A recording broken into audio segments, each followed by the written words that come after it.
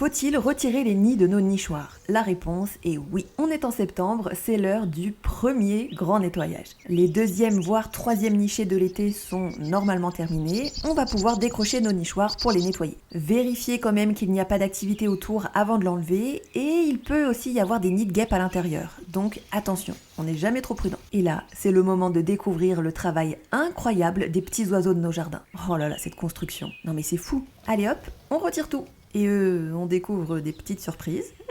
Tu vas aller ailleurs, toi. Certaines espèces peuvent refaire un nid par-dessus un autre, mais le risque, c'est que les oisillons soient trop hauts dans le nichoir. Trop près du trou d'envol, ils pourraient tomber ou se faire attraper par les prédateurs. Et puis la plupart des oiseaux font leur nid dans des endroits propres. Pour ma part, je nettoie l'intérieur avec de l'eau et un peu de vinaigre ménager. Si vous sentez qu'il est vraiment sale ou qu'il y a eu des parasites dedans, vous pouvez mettre une goutte de javel. Mais il faudra bien rincer à grandes eaux. On débouche les trous d'aération, on vérifie l'intégrité du nichoir, qu'il ne soit pas fissuré, toujours bien étanche, le système de fixation, etc. etc. On rince et on laisse sécher au soleil avant de le raccrocher. Jusqu'à janvier prochain, on n'y touche plus. Il pourra servir de refuge cet hiver pour des oiseaux, des insectes, peut-être même des petits rongeurs. Si le nichoir a servi pendant l'hiver, on peut refaire un grand nettoyage en février. Après ça, rebelote, on n'y touche plus. À partir de février, les oiseaux vont chercher activement un site de nidification, alors on les laisse tranquilles et on observe de loin. Et vous avez quoi dans votre jardin? Quelles espèces viennent nicher?